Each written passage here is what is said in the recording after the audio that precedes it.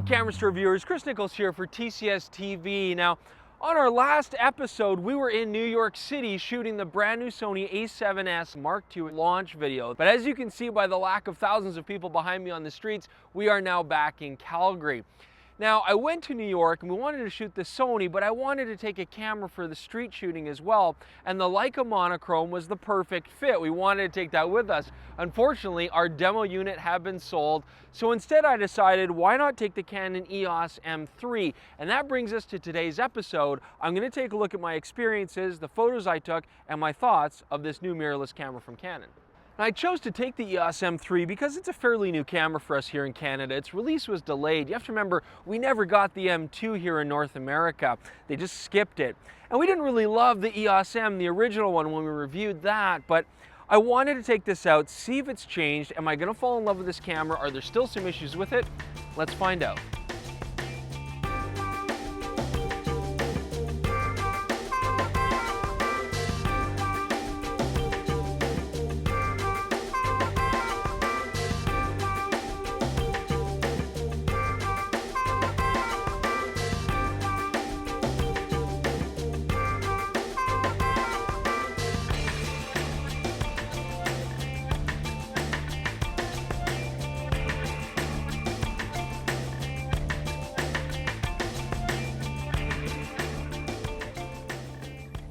All right, so in usual fashion, I'm going to start with the handling on this camera, and I have to say that I'm incredibly impressed. Okay, this is one of the nicest grips you'll find on a mirrorless camera, and yet it doesn't make the camera feel bulky or large. It's got a really nice profile. The rubber here near the thumb, it's perfect. You know, your thumb just fits naturally, your fingers on the shutter naturally. And I gotta give it to Canon's design team too. I love all this angular design here near the shutter. It's very smart looking, gives the camera a nice high quality feel. It also does a great job though of protecting the dials. So on top, you're not gonna accidentally hit them. Your thumb lines up perfectly to change them. It's just really well thought out. The camera's got a good weight to it too. It's a nice ballast to it, just feels solid. Now the good design features don't just end there. We've got a nice high sitting pop-up flash that's going to help us avoid red eye. The ports on the side, we've got a mic jack, 3.5mm, no headphone jack unfortunately, and Jordan's going to talk about that in a bit. But I like the standardized USB cable, nothing proprietary here. This is great, you can find it anywhere. If you're traveling and you lose it, it's not a big deal. And I like that the HDMI port is our MIDI-sized HDMI. I like that at least better than the micro ports, which are, you know, very fiddly and easy to break. I've never had a cable with one of those not start to bend and crack right away. I know mirrorless cameras are small, but we've got enough space to fit these bigger ports, and Canon has done that. The screen's a nice, interesting, articulating screen. They're going with the vertical selfie style here as opposed to the usual swing out to the side selfie, but it works well. One thing you're going to notice that is missing though is an EVF, and I know that's a big one. We're going to talk about that. Canon does have an external one fitting on, but I do wish they would have built it internally. We'll discuss that in just a bit. Overall though, the handling, the feel, the design, the dials, all really well laid out here. So Canon's, you know, done a really good job there. All right guys, so here's my biggest issue with the EOS M3 system, and that's using the EVF DC1 viewfinder. I could see the logic of having a separate viewfinder because this also fits on the G1X and the G3X and so on and so forth, but it's a very large, bulky unit, and although the 2.3 megapixel resolution is very, very current with today's technology, I do find that the refresh rate is just a little bit laggy. You always feel like you're just a little bit behind the action. You know, overall too, I wish that this had a locking clip, you know, just something so that when you shut it down, it will kind of just hold it in place. You know, a lot of the other viewfinders will have a little bit of a tension. Click it, it pops out, and you're using it. This just kind of feels floppy. I feel like it's going to be out when I don't want it to be, or maybe it's going to get hit by something. Plus, the worst part, you got to pay extra money for it. All right, now I know a lot of people crap on the Sony brand when it comes to lenses because it's sorely lacking for variety, but the Canon EOS M system's even worse. Now, I do like the lenses they make. I mean, you've got the 18-55 and 55-200, which round out your general purpose zooms. I love this 22mm fixed lens. F2, STM, nice and small.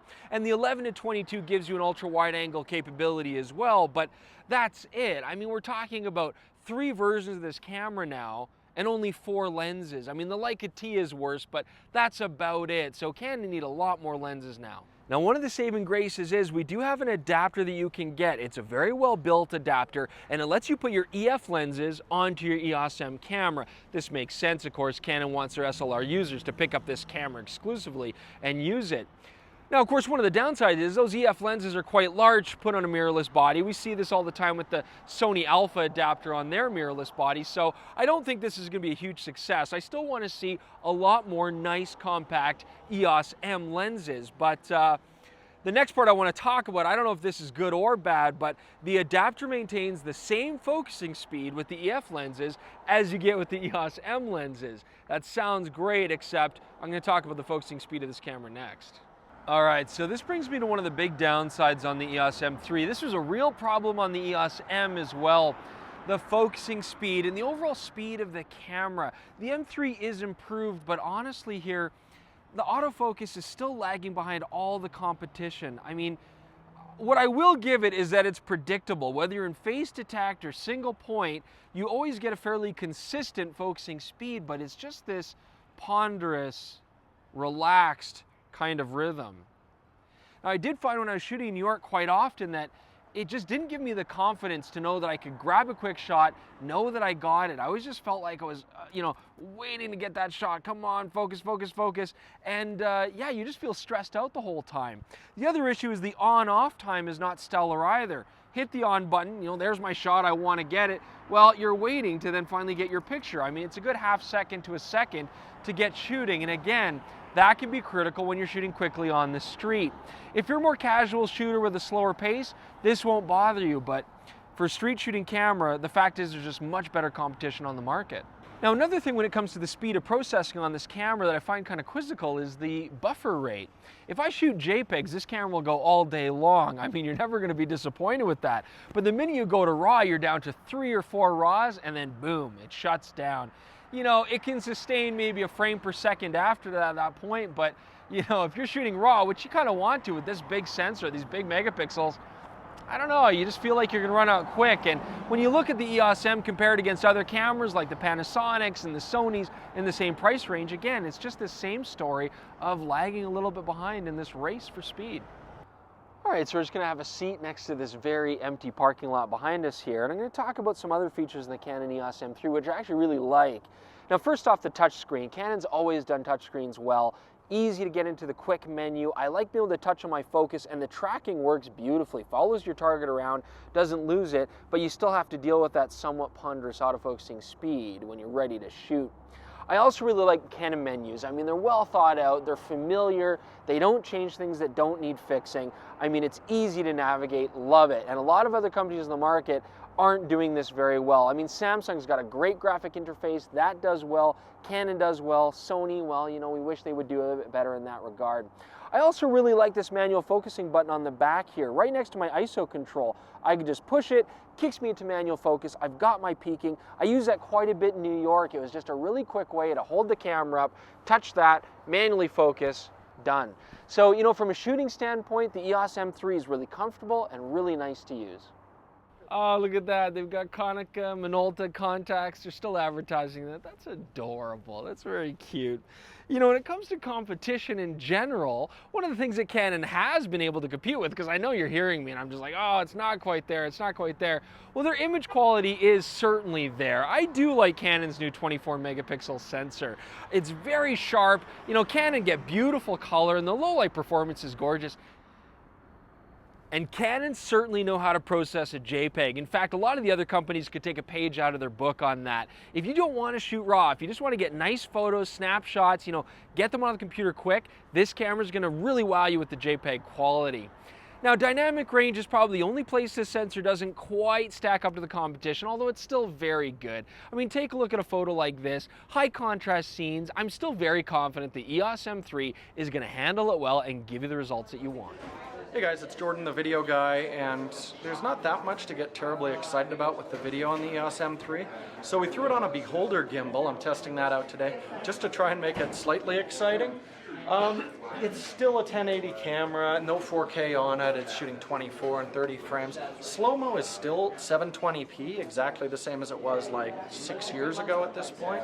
Not many advancements made there. It really, again, feels like Canon's trying to protect their cinema line. But this is a $1,000 camera. It doesn't make that much sense. It doesn't even have some of the new upgrades from the new Rebel cameras.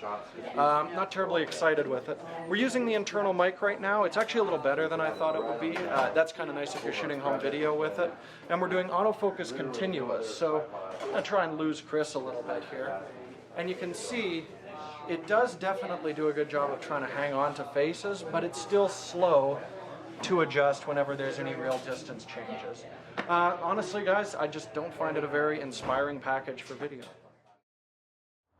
You know, it's funny, as a camera reviewer, am I super excited about this camera? Well, no, I guess not really, but you know, a coworker reminded me of something that actually I've been thinking about. It is very important. He talked about how a lot of consumers are going to use this camera and they're going to have an emotional resonance to it, an attachment to it. And I could see that because the EOS M3 is a really nice camera to use. It handles well, it works well, it's very straightforward, and it actually becomes an extension of your body when you're shooting. And that's a very important aspect. So it's not always about specs and it's not always about features. Sometimes it's just about how the camera feels. So that is important to keep in mind. But when we do talk about specs, we do talk about features, which are also important now in today's technological industry, especially the camera industry, well, there are still some places this is letting us down. The EVF is still a big problem for me. I mean, there's a lot of other cameras in this price range that'll give you built-in EVF. This one's external, it's bulky, you have to pay extra for it. I really don't think that's a good step in the right direction, Canon. You know, other features like the video capabilities, I mean, it's like Canon's not really trying anymore when it comes to video, you know, something they used to do so well. And really in the end, the EOS M3 comes down to price point. It's just too expensive for what you get. I mean, consider the Panasonic GH7, it's giving you 4K video, it's a great handling camera and way faster focusing. And consider the Sony a6000, which is frankly now a fairly old camera and still continues to dominate over this camera in pretty much every way, shape, and form.